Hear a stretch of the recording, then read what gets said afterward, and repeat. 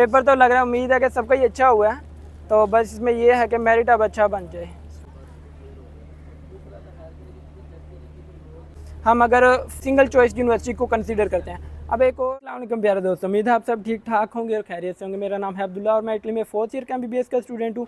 और आज की जो वीडियो मैं अपलोड करने वाला हूँ वो मैं पहले ही रिकॉर्ड कर चुका हूँ 17 सितंबर को। जैसा कि आपको पता है कि 17 सितंबर को एग्ज़ाम हुआ था IMAT MBBS स्टूडेंट्स के लिए, और मैं लाहौर टेस्ट सेंटर में मौजूद था और वहाँ पे मैंने वीडियो बनाई और आज 26 सितंबर को मैं वो अपलोड करने वाला हूँ। IMAT एग्ज़ाम सेंटर में मेरे जो अपने स्टूडेंट्स हैं उनसे मेरी बात हुई, और इसके अलावा जो पेरेंट्स आए थे उनसे भी बात हुई मेरी।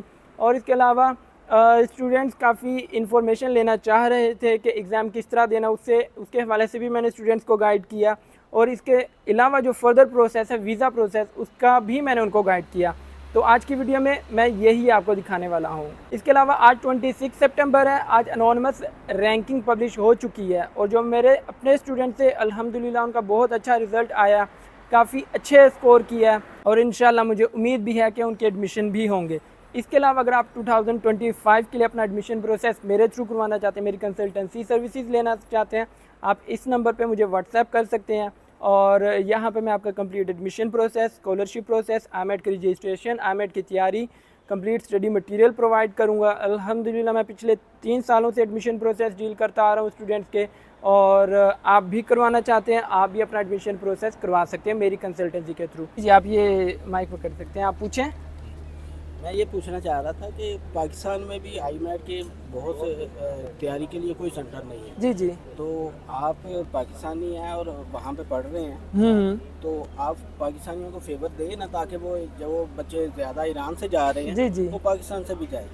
अब बिल्कुल इस तरह ही है कि असल में मैंने जैसे आपको बताया अभी कि यहाँ पे टेस्ट सेंटर तो इसका बाकायदा जो फिज़िकल सेंटर है वो बनाना इस वजह से भी मुश्किल है, क्योंकि यहाँ पे जो स्टूडेंट्स हैं हमारे पास अभी कुछ कराची से हैं, ओवरऑल कंट्री से मेरे पास, यानी बलोचिस्तान से भी है, बाकी दीगर सिटीज़ से भी हैं, तो इसका फ़िज़िकल सेंटर होना मुश्किल है। लेकिन हाँ ये है कि कोर्स बनाया जा सकता है, ऑनलाइन कोर्स बनाया जा सकता है जिसको हम उर्दू में भी रखें, और एक इंग्लिश वर्जन भी हो जिसका उर्दू वर्जन भी हो। इस पर मैं सोच रहा हूँ इंशाल्लाह 2025 के लिए मैं ना ये एक ऑनलाइन कोर्स बनाऊँगा, और वो मैं जो स्टूडेंट्स हैं उनके लिए मैं ये पब्लिश करूँगा ताकि वो इससे फ़ायदा उठा सकें। और वाकई में इसमें तैयारी का काफ़ी मसला होता है कि बच्चों को अपना एडमिशन प्रोसेस तो वो कहीं ना किसी ना किसी कंसल्टेंट से करवा लेते हैं, लेकिन इसमें जो तैयारी का प्रॉब्लम आती है वो ये आती है कि उनको पता नहीं चलता कि तैयारी कहाँ से करनी होती है। वैसे मेरे पास जो अल्हम्दुलिल्लाह स्टूडेंट्स हैं उनको तो मैं गाइड कर देता हूँ, और यूट्यूब पे भी मैंने तकरीबन 2-3 वीडियोस IMAT की अपलोड की हुई हैं कि आपने किस तरह प्रिपेयर करना है। इसके अलावा भी जो मेरे पास स्टूडेंट्स होते हैं उनको मैं कम से कम गाइडलाइन प्रोवाइड कर देता हूँ, स्टडी मटीरियल प्रोवाइड कर देता हूँ, और आपको बता देता हूँ कि किस तरह तैयारी करनी है। लेकिन इसके अलावा एक प्रॉपर कोर्स जो वीडियो लेक्चर्स की फॉर्म में हो हमारे पास, उसमें फिर हमारे पास पास्ट पेपर्स भी हों, इसके अलावा हमारे पास वो क्वेश्चंस हों, बाकायदा मॉक टेस्ट हों, तो वो इंशाल्लाह मैं कोशिश करूँगा कि 2025 के लिए ना मैं बना सकूँ, और वो मैं बाकायदा उसकी वेबसाइट क्रिएट करूँ जहाँ से स्टूडेंट जो करना चाहते हैं उस पर वो अपनी वो तैयारी कर सकें। दूसरा ये है कि बहुत से इंटरनेशनल जो अदारे हैं वो इसकी तैयारी करवा रहे हैं। जी जी। लेकिन उनकी फ़ीस बहुत ज़्यादा है। आपकी फ़ीस कितनी होगी? इंशाल्लाह मैं जो ये कोर्स बनाऊंगा, क्योंकि मुझे याद है मेरे अपने ही जो कोलीग्स हैं दूसरी यूनिवर्सिटी से इटली में ही, वो यहाँ इसकी जो फ़ीस रखी उन्होंने 1,000 यूरो रखी हुई है, सिर्फ कोर्स की 1,1200 इस तरह रखी है। तो यकीनन एक स्टूडेंट के लिए 3 लाख 3.5 लाख सिर्फ एक कोर्स की फ़ीस पे करना बड़ा मुश्किल हो जाता है। तो इसकी फ़ीस हम ये 1,000 तो बहुत ज़्यादा है, ठीक है। मुझे अपने सब कॉन्टिनेंट्स और पाकिस्तान इंडिया है, इसके लिए मैं कोशिश करूँगा कि मिनिमम फ़ीस हो जिससे हर बच्चा जो है उसे फ़ायदा उठा सके और वो एग्ज़ाम में उससे अच्छी तैयारी कर सके, और कोर्स भी जो बनेगा इंशाल्लाह वो बहुत बेहतरीन बनेगा इस वाले से कि बच्चे की तैयारी भी उसमें मुकम्मल हो जाए और वो 2-3 दफ़ा रिवाइज़ भी कर सके क्वेश्चन को। अच्छा, एक क्वेश्चन मेरा ये है कि जो बच्चे MBBS ये इसमें से रह गए, यानी कि उनके मार्क्स कम आए हैं, क्या वो BDS में जा सकते हैं? IMAT में ये है कि जैसे कि हमेशा वीडियो में बताया कि आपके पास सिर्फ एक यूनिवर्सिटी होती है, वो आप MBBS के लिए सिलेक्ट करें, वो BDS के लिए सिलेक्ट करें, वो आपकी अपनी मर्ज़ी होती है। तो इसमें यह है कि आपने यूनिवर्सिटी सिलेक्ट कर ली MBBS की, फॉर एग्ज़ाम्पल आपने नेपल्स फेडरिको एक यूनिवर्सिटी है वो सिलेक्ट की है और उसका मेरिट आता है 52, आपका आता है 50, आपका स्कोर होता है 50। लेकिन एक यूनिवर्सिटी ऐसी जो डेंटिस्ट्री करवा रही है, BDS करवा रही है, उसका 49 मेरिट है। अब आपने चूँकि एक यूनिवर्सिटी सिलेक्ट कर ली हुई है और नॉन यूरोपियन सिर्फ एक यूनिवर्सिटी पे ही कंपटीशन लड़ते हैं, तो आपके पास वो ऑप्शन नहीं बचती। तो इसमें एक क्रिटिकल पॉइंट ये भी है कि जब आप अपना प्रोसेस कर रहे होते हैं, इसमें आपने एक ऐसी यूनिवर्सिटी भी सिलेक्ट करनी होती है जिसमें आपको यकीन हो कि आपका इसमें एडमिशन हो जाएगा, ठीक है, ताकि इस तरह ना हो कि बच्चे अक्सर इस तरह होते हैं कि मिलान यूनिवर्सिटी सिलेक्ट कर लेते हैं। अब ऐसा नहीं कि मिलान में यूनिवर्सिटी में एडमिशन नहीं होती। लास्ट ईयर अल्हम्दुलिल्लाह मेरे पास स्टूडेंट थे, उन्होंने मिलान सेलेक्ट की, उनका एडमिशन भी हुआ, उनका वीज़ा भी लगा और वो खैर से उधर वो पढ़ भी रहे हैं। लेकिन इसमें ये होता है कि कुछ बच्चे यूनिवर्सिटी को कहते हैं कि ये यूनिवर्सिटी है, बहुत अच्छी है, तो इसमें एडमिशन हमने लेना है, लेकिन उनकी तैयारी उस लेवल की नहीं होती, उस मेयार की नहीं होती। तो जब उस मेयार की तैयारी नहीं आपकी होगी तो फिर आपका प्रॉब्लम बनती है कि आप जिस यूनिवर्सिटी में आपका एडमिशन बनता भी था उस एडमिशन से भी आप हाथ धो बैठते हैं, क्योंकि आपने एक बड़ी यूनिवर्सिटी जहाँ पे आपका मेरिट नहीं बन रहा आपने वो सिलेक्ट कर ली। तो इसमें मैं ये डिस्करेज नहीं कर रहा कि बच्चों को कि आप मिलान, बोलोनिया, पाविया, पादवा, ये जो अच्छी यूनिवर्सिटी या नॉर्दर्न साइड में है, जो अच्छी सिटीज़ में है, तो उसका मैं नहीं कह रहा कि आप उधर अप्लाई ना करें। मैं ये कहना चाह रहा हूँ कि आप अप्लाई करें, लेकिन इस चीज़ का ख्याल रखें कि आप जिधर अप्लाई कर रहे हैं उधर आप एडमिशन के लिए एलिजिबल भी हैं, उधर आप स्कोर कर सकते हैं, ठीक है। दूसरा ये जब हम ये IMAT की रजिस्ट्रेशन कर रहे थे जी जी, तो उसमें 3 ऑप्शंस आ रही थी जी जी, कि 3 यूनिवर्सिटीज़ आपने लिखनी है। उसमें इस तरह है कि नॉन यूरोपियंस जो है ना, उसमें वो आपको ऑप्शन दे देते हैं 3 की। आपकी प्री एनरोलमेंट एक में ही हुई है। इसमें मेन इशू प्री एनरोलमेंट का, अगर ये प्री एनरोलमेंट का इशू निकाल के बच्चों को ये जिस तरह यूरोपियंस हैं उनके पास सारी ऑप्शंस अवेलेबल होती हैं, वो सब में अप्लाई कर सकते हैं। अगर उस चीज़ को हम देखें ना, अगर वो हमारे लिए भी कर दें तो काफ़ी लोगों के लिए ये आसानी भी हो जाएगी और काफ़ी लोगों के लिए मुश्किल भी हो जाएगी।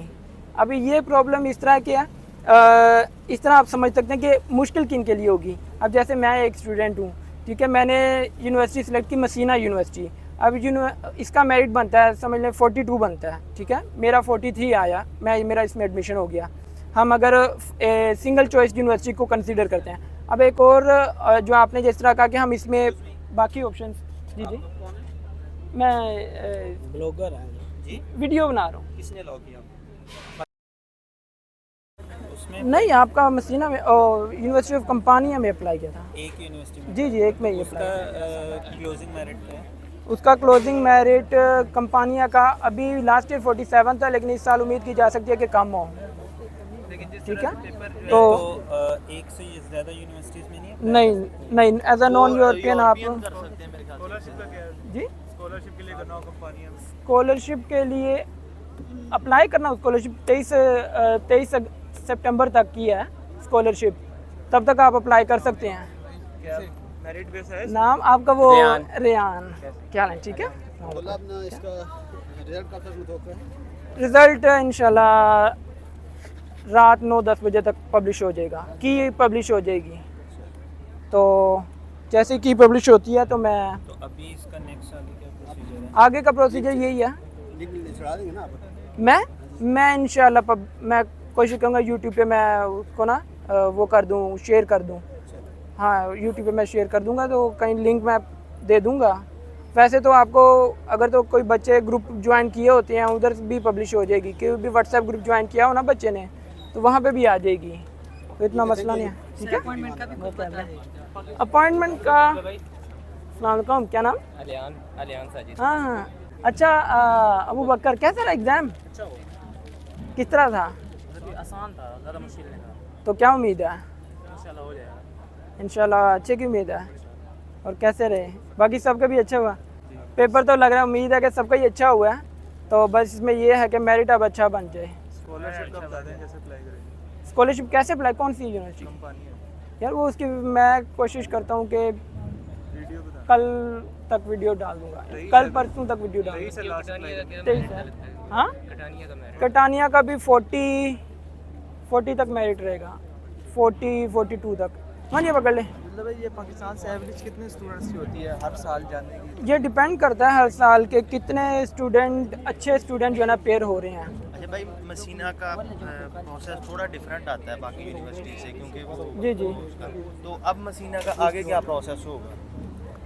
मसीना का प्रोसेस यही है कि आपको एडमिशन लेटर मिलेगा, स्कॉलरशिप की डेडलाइन ख़त्म हो चुकी है, आप वीज़ा अप्लाई करें। अस्सलाम वालेकुम, क्या लग कैसा रहा एग्ज़ाम? आसान था। तो अच्छा हो गया। कितने MCQs किए आपने? 53 किए। तो इसमें कोई तुक्के तो नहीं मारे? 2-3 चलो 2-3 की तो खैर है, 2-3 तो ठीक है मारे, 2-3 की तो खैर है, लेकिन ज़्यादा नहीं है। इंशाल्लाह अच्छे की उम्मीद रखें हैं, ठीक है।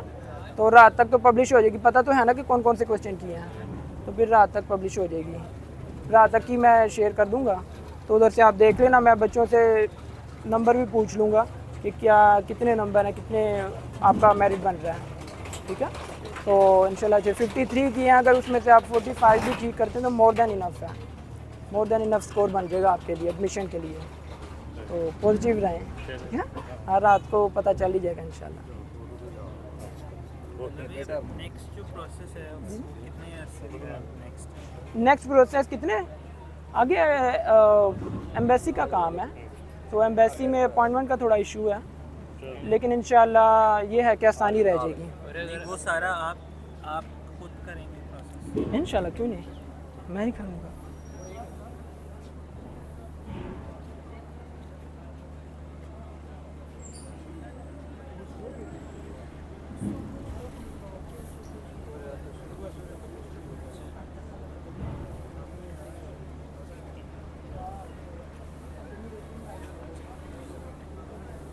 चलिए ठीक है।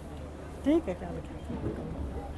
अच्छा भाई, मैंने ना जी मैंने अप्लाई जो किया है वो मैंने आपकी वीडियोस देख देख के खुद ही किया, मैंने किसी बेहतरीन एजेंट है, से किसी से नहीं किया। बेहतरीन अब है। मुझे इन्फॉर्मेशन ये चाहिए कि अब मसीना का आगे प्रोसेस क्या होगा, थोड़ा मुझे थोड़ा काइंडली गाइड कर दीजिए। फॉर एग्जांपल 10 अप्रैल को जो वो आ रही है अपना 10 अक्टूबर को हाँ हाँ। जो लिस्ट आ रही है, फॉर एग्जांपल हमारा नाम आ जाता है रैंकिंग में और हमें वो एडमिशन दे देते हैं, हमें कैसे पता चलेगा कि हमें वो एडमिशन उन्हें कंफर्म? आपको जो एडमिशन लेटर है ना वो आपकी ईमेल पर आ जाएगा, ठीक है। तो उधर से आपको वो अभी तक तो हमें कंडीशनल लेटर मिला हुआ ना आईमैट का, जो कंडीशनल थी वो तो मिल गया था, हमें मेल भी आ गई थी और वो वैसे पोर्टल पे भी आ गया था। उसके बाद हमें proper admission letter, complete admission letter आया। जी बिल्कुल, अभी आपकी ईमेल पे सब कुछ हुआ हुआ है। जैसे ही आपका मेरिट बनता है, रैंकिंग में नाम आता है, आपको एडमिशन लेटर खुद ही यूनिवर्सिटी की एडमिनिस्ट्रेशन आपको ईमेल कर देगी एडमिशन लेटर। यूनिवर्सिटी टैली पे भी कोई उसकी अपडेट आएगी? नहीं, यूनिवर्सिटी टैली पे अपडेट नहीं आएगी, लेकिन यूनिवर्सिटी जो है ना आपको और वो ईमेल, जो यूनिवर्सिटी ऑफ मसीना का अपना पोर्टल है यूनिमी का, उधर भी कोई अपडेट आएगी? नहीं नहीं, उधर भी कोई अपडेट नहीं आएगी। जो यूनिवर्सिटी है ना वो डायरेक्ट आपको एडमिशन लेटर प्रोवाइड कर देगी, आपको बता देगी कि ये सिचुएशन है। तो इंशाल्लाह तब तक हमें पता चल जाएगा कि मतलब हमारा एडमिशन 10 अक्टूबर, वो रैंकिंग लिस्ट जब वो पब्लिश करेंगे। रैंकिंग नहीं, 10 अक्टूबर को आपको एडमिशन लेटर मिलेगा। 6 अक्टूबर तक मेरे ख्याल से रैंकिंग लिस्ट पब्लिश हो जाएगी। 10 को एडमिशन लेटर मिलेगा। जब एडमिशन लेटर मिल गया उसके बाद का क्या प्रोसेस होगा? उसके बाद वीज़ा प्रोसेस है। वीज़ा प्रोसेस के लिए जो हमने प्री इनरोलमेंट की हुई है उसकी समरी हमारी जो कॉन्सुलेट को जी। फॉरवर्ड हो गई है, जी जी, तो वो समरी लेके जाएंगे अब हम कॉन्सुलेट में। वो समरी डाउनलोड करके बाकी डॉक्यूमेंट चेकलिस्ट देख लेनी है एम्बेसी की, ठीक है। वो चेकलिस्ट प्रिपेयर करनी है, उसमें आपको डिफरेंट चीज़ें कहाँ पे मिलेगी? वो गूगल पे मिल जाएगी। आप गूगल पे सर्च करें student visa Italian embassy checklist Islamabad, तो वो आपको PDF समरी लेके जाएंगे, एडमिशन लेटर लेके जाएंगे और फिर वो जो डॉक्यूमेंट्स मेंशन होंगे ना वो लेकर जाएंगे। और एक डॉक्यूमेंट बहुत ज़्यादा ना मतलब इंटरनेट पे उसकी आवाज़ चल रही है कि वो DOV वो कोई क्या नहीं। चीज़ है? वो आपके डॉक्यूमेंट्स, एजुकेशनल डॉक्यूमेंट्स होते हैं ना, जी, वो आपने अटेस्टेड लेकर जाने, तो वो खुद ही बना देंगे आपके डॉक्यूमेंट। मतलब कि हमारे जो मैट्रिक और इंटर की डिग्रीज हैं जी, वो IBCC से और मोफा फॉरेन से। मिनिस्ट्री से मतलब बिल्कुल, वेरीफाइड हैं, तो बिल्कुल। बस हमने डिग्रीज ले जानी, वो खुद ही हमारा DOV बना हाँ, देगा। और DOV की भी चेकलिस्ट आपने गूगल से डाउनलोड कर लेनी है, तो उधर से आप कर लेंगे, ठीक है। वो चेकलिस्ट अगर आपके पास पड़ी है तो आप काइंडली सेंड मैं कर सकते इंशाल्लाह कोशिश करता हूँ, हैं। मैं चलें, करता मैं हूँ, आपके ठीक है। आपके साथ नंबर क्या है मेरे पास, मैं आपके साथ नहीं मिलेगी आपने बोला है, तो अगले साल वो फिर आप अप्लाई कर देंगे? जी जी, इंशाल्लाह जो अगले साल है ज़रूर अप्लाई करेंगे, क्योंकि मार्शे की फ़र्स्ट ईयर में स्कॉलरशिप थोड़ी मुश्किल होती है, लेकिन सेकंड ईयर से आपको मिल जाती है। डॉक्यूमेंट्स उधर थोड़ी स्ट्रिक्टनेस रहती है मार्शे में, क्योंकि पिछले सालों में ना पाकिस्तानी स्टूडेंट्स ने स्कैम किया वहाँ पे, तो वो डॉक्यूमेंट्स में स्कैम करने की वजह से उन्होंने काफ़ी स्ट्रिक्टनेस रखी है। बाकी आपको स्कॉलरशिप इंशाल्लाह मिल जाएगी, अगले साल आपको स्कॉलरशिप मिल जाएगी। डॉक्यूमेंट्स आप अच्छे से प्रिपेयर करेंगे, आपको स्कॉलरशिप का कोई ऐसा इशू नहीं है। तो फिर वो आप ही अप्लाई करके जी जी, देंगे? मैं कर दूँगा, कोई मसला नहीं है, मैं कर दूँगा। ये एडुसर जो कंपनी रीजन है, इसके बारे में कुछ पूछना था कि जो डॉक्यूमेंट रिक्वायरमेंट है ये वहाँ जाके जमा करवाने जो डॉक्यूमेंट रिक्वायर्ड है, या यहाँ पर ऑनलाइन अपलोड करने हैं?